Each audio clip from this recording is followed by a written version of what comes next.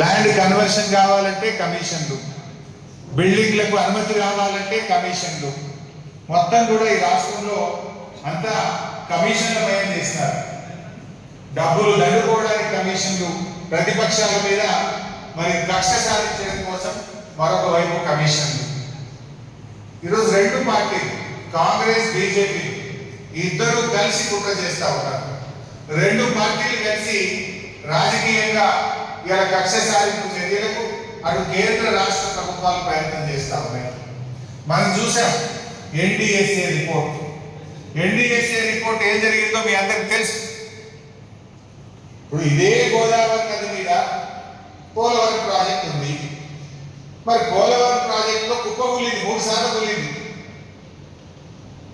3 సార్లు కుప్పకూలినా అది ఎన్డీఎస్ఏ పోలే.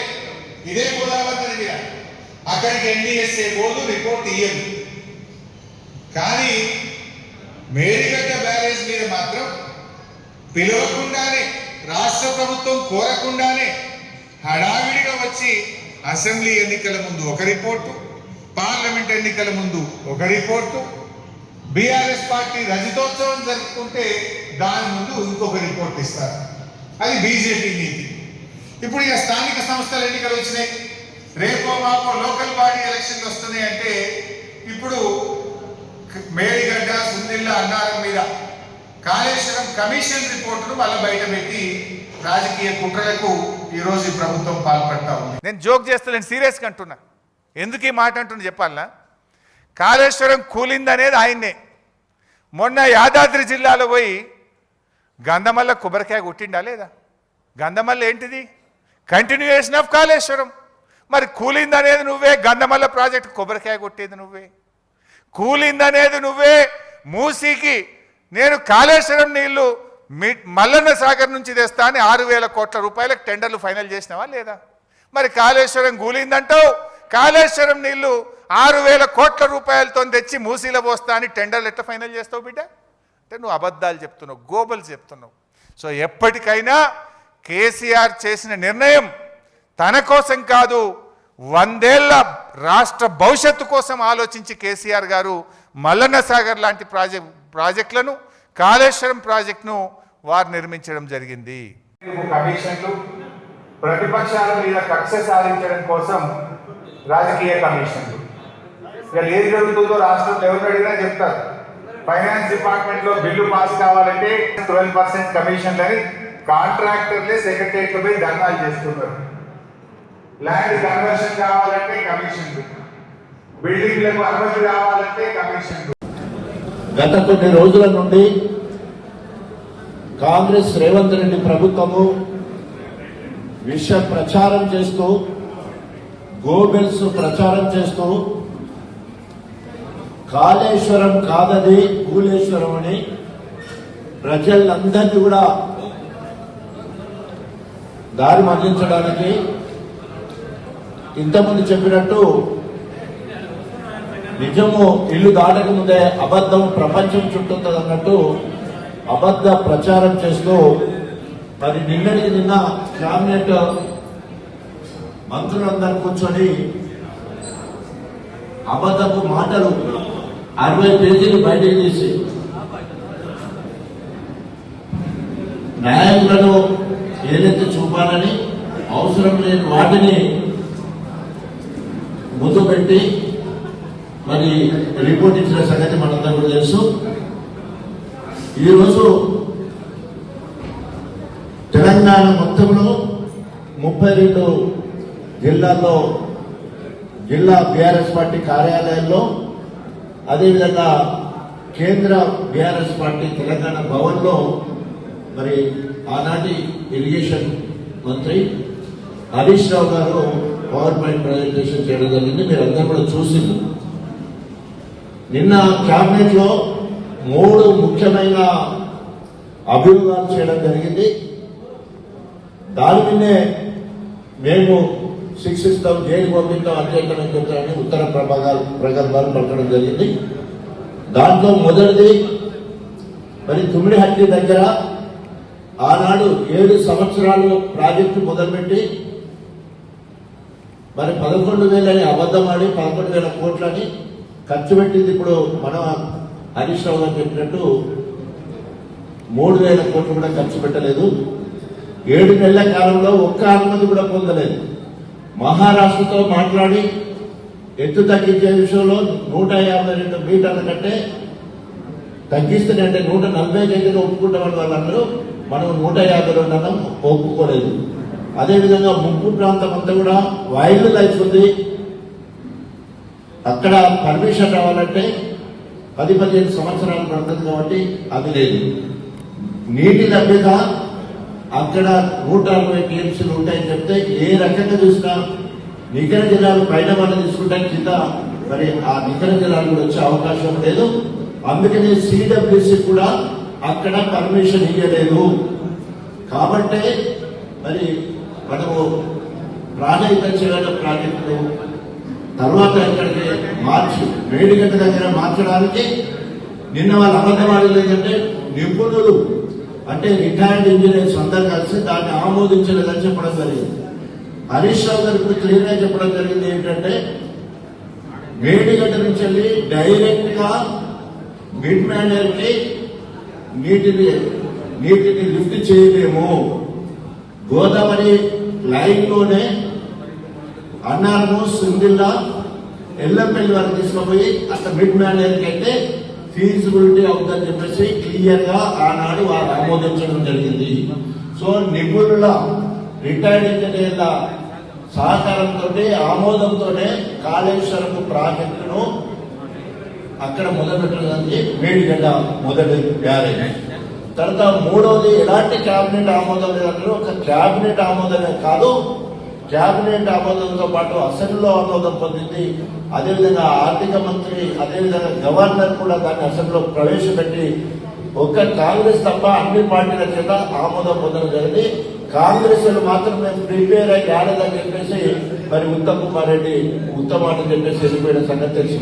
సో ఈ రోజు క్లియర్ గా తెలిసింది ఏంటంటే సిడబ్ల్యూసి ఆమోదమే కాదు, మొత్తము 11 సెంటర్ కమిటీలో మొత్తం కూడా కేంద్రం ద్వారా 11 అనుమతులతో అంటే మొత్తం అనుమతులతో ప్రాజెక్ట్ వచ్చింది. ఒకే ఒక ప్రాజెక్ట్ అది కాళేశ్వరం ప్రాజెక్టు. అన్ని అనుమతులు వచ్చినాయి దానికి. అంతేకాకుండా సుప్రీంకోర్టు ఒక అద్భుతం అని చెప్పడం, కాళేశ్వరం ప్రాజెక్టు ఒక అద్భుతం అని చెప్పడం జరిగింది. సో ఆ రకంగా కాళేశ్వరం ప్రాజెక్ట్ అంటే ఒక మేడిగడ్డలో మరి 2 పిల్లలు కుంగిపోతే మొత్తం కాళేశ్వరం అంతా కూడేశ్వరం అని మాట్లాడడం సిగ్గుచేటు. ఇంతకుముందు చెప్పినట్టు కాళేశ్వరం అంటే 3 బ్యారేజీలు, 15 రిజర్వాయర్లు, 18 సబ్ స్టేషన్లు, తర్వాత 21 పంప్ హౌస్లు ఉన్నాయి. దాని తర్వాత మనకు 203 టన్నులు కిలోమీటర్ల టన్నులు, తర్వాత 1531 ఫీట్ల గ్రావిటీ కెనాల్స్, 98 పవర్ స్టేషన్స్. ఈ రకంగా మనం చెప్పుకుంటూ అనేక రకాలుగా ఈ 15 రిజర్వాయర్ల ద్వారా ఈ రోజు మొత్తం కూడా 50 లక్షల ఎకరాలకు నీళ్ళు అందించే వరప్రదాయని మరి కాళేశ్వరం ప్రాజెక్టు. ఇది పెట్టిన ఉద్దేశం ఏంటంటే దానికి వచ్చే అవకాశం లేదు. అందుకనే సిడబ్ల్యూసి కూడా అక్కడ పర్మిషన్ ఇవ్వలేదు. కాబట్టి మరి మనము ప్రాణహిత చర్యల ప్రాజెక్టు తర్వాత ఇక్కడికి మార్చి మేడిగడ్డ దగ్గర మార్చడానికి నిన్న వాళ్ళు అబద్ధం లేదంటే నిపుణులు అంటే రిటైర్డ్ ఇంజనీర్స్ అందరూ కలిసి దాన్ని ఆమోదించలేదని చెప్పడం జరిగింది.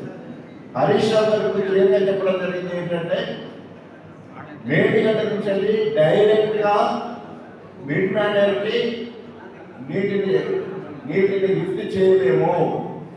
గోదావరి లైన్ లోనే అన్నారము, సింగిల్లా, ఎల్లంపల్లి వరకు తీసుకుపోయి అట్లా మిడ్ మ్యానర్ అయితే ఫీజిబిలిటీ అవుతుందని చెప్పేసి క్లియర్ గా ఆనాడు వారు ఆమోదించడం జరిగింది. సో నిపుణుల రిటైర్డ్ ఇంజనీర్ల సహకారంతో ఆమోదంతో కాళేశ్వరం ప్రాజెక్టును అక్కడ మొదలుపెట్టినది మేడిగడ్డ మొదటి బ్యారేజ్. తర్వాత మూడవది ఎలాంటి క్యాబినెట్ ఆమోదం లేదంటారు, ఒక క్యాబినెట్ ఆమోదమే కాదు, క్యాబినెట్ ఆమోదంతో పాటు అసెంబ్లీలో ఆమోదం పొందింది. అదేవిధంగా ఆర్థిక మంత్రి అదేవిధంగా గవర్నర్ కూడా దాన్ని అసెంబ్లీలో ప్రవేశపెట్టి ఒక్క కాంగ్రెస్ తప్ప అన్ని పార్టీల కింద ఆమోదం పొందగలిగి కాంగ్రెస్ అని మాత్రం మేము ప్రిపేర్ అయ్యి రాలేదని చెప్పేసి మరి ఉత్తమ్ కుమార్ రెడ్డి ఉత్తమ్ అని చెప్పేసి వెళ్ళిపోయిన సంగతి తెలుసు. సో ఈ రోజు క్లియర్గా తెలిసింది ఏంటంటే సిడబ్ల్యూసి ఆమోదమే కాదు, మొత్తము 11 సెంటర్ కమిటీలో మొత్తం కూడా కేంద్రం ద్వారా 11 అనుమతులతో అంటే మొత్తం అనుమతులతో ప్రాజెక్ట్ వచ్చి ఒకే ఒక ప్రాజెక్ట్ అది కాళేశ్వరం ప్రాజెక్టు అన్ని అనుమతులు వచ్చినాయి దానికి.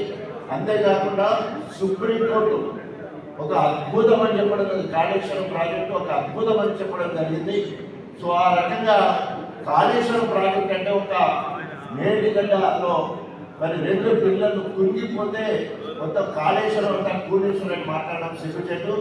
ఇంతకుముందు చెప్పినట్టు కాళేశ్వరం అంటే 3 బ్యారేజీలు 15 ఉద్దేశం ఏంటంటే మరి ఎంతమంది రాసుకున్నారో రాసుకోలేదో రేపు పేపర్లో మనంతా కూడా క్లియర్గా వస్తుంది. సర్పంచ్ గెలిపించుకోవాలి. ఎందుకంటున్నా అంటే వాళ్ళు గెలిస్తే ప్రభుత్వం స్కీమ్ పెట్టేది లేదు, ఏం పెట్టినా సర్పంచ్ గెలిపించిన ద్వారానే పెట్టాలి. దయచేసి అది మన చేతిలో ఉండాలి. దయచేసి ఇలా కార్యకర్తలందరూ కూడా విషయం చేసుకున్నాం. మనం ధైర్యంగా ఉండాలి. ఎన్ని కేసులైనా కూడా ఎదుర్కొన్నందుకు సిద్ధంగా ఉండాలి. ఉన్నావా లేదా? దొంగలు పోయి పీడా పోయి ఓ కడియ మోసం చేసి ఏ పార్టీ అధికారం పోతే ఆ పార్టీకి అధికారం పెట్టుకుంటాను. జనం పిచ్చోళ్ళు అనుకుంటాను. దయచేసి జనం పిచ్చోళ్ళు కాదు. జనం ఎప్పుడు బుద్ధి చెప్పాలో అప్పుడు బుద్ధి చెప్పడానికి ఈ సందర్భానికి తెలియదు, సిద్ధంగా ఉండాలని ఈ సందర్భంలో తెలియజేస్తూ ఈ కార్యక్రమంలో విశ్లేషిస్తుంది. ఎందుకంటే దీన్ని మనం ఈ సిగ్గులేని వాళ్ళు కాంగ్రెస్ వాళ్ళు నీళ్ళు రాకుండా చెప్తే కేసీఆర్ గారు దేవాళ్ళ ఏదో చంద్రబాబు టెండర్ యాక్షన్ చేసి 10 ఏళ్ళు కాంగ్రెస్ ప్రభుత్వం దేవాలయం పెండింగ్ పెట్టి మళ్ళా కేసీఆర్ వచ్చిన తర్వాతనే దేవాలయం పూర్తి చేసి జంగం నీళ్ళు ఇచ్చిన మహానుభావుడు కేసీఆర్. దాదాపు గుండెలు పెట్టుకోండి. చెల్లెళ్ళ నీళ్ళు, బాయిల నీళ్ళు, కరెంట్ లేదు, రైతులకు పెట్టుబడి లేదు. ఇలా రైతులు అద్భుతంగా జంగం జిల్లాలో ఉన్నారు అంటే అది కేసీఆర్ దేవల్ల. ఛాలెంజ్ చేయాలి. అరే మీరున్నప్పుడు ఎట్టుంటారా? సిగ్గులు ఎదురా? హోటల్ కాలిపోయి, స్టార్టర్లు కాలిపోయి, ట్రాన్స్ఫారాలు కాలిపోయి, చెర్ల నీళ్ళు, బాయిల నీళ్ళు, బోర్ల నీళ్ళు మాట్లాడుతున్నాడు అనే పాట ప్రతి కార్యకర్త దగ్గర రావాలనుకుంటే ఈ సందర్భంగా ఉంటుంది. మీరు పార్టీ, మీరు కథ దోసుకట్టిన పార్టీ కాంగ్రెస్ పార్టీ. దయచేసి మనం ఎందుకు కూడా చెప్పాలి. మరి ఎవరు భయపడాలి? భయపడవలసిన పనే లేదు. రాబోయే రోజుల్లో ఎప్పుడు ఎన్నికలు వచ్చినా టీఆర్ఎస్ జెండా ఎగరేస్తుంది. రాష్ట్రంలో 100 సీట్లు వస్తున్నాయి. జిల్లా పరిషత్ జనగాం జిల్లా కాదు, అన్ని జిల్లా పరిషత్ మన గెలవబోతున్నాం. రేపు బై ఎలక్షన్ వస్తే టీఆర్ఎస్ జెండా ఎగరబోతాం. దయచేసి మీరందరూ కూడా మనం సిద్ధంగా ఉండాలి. దేనికి పెద్ద భయపడవలసిన పని లేదు. అసలైన తొలి వెలుగు. ఫాలో వాట్సాప్ @తొలి వెలుగు official.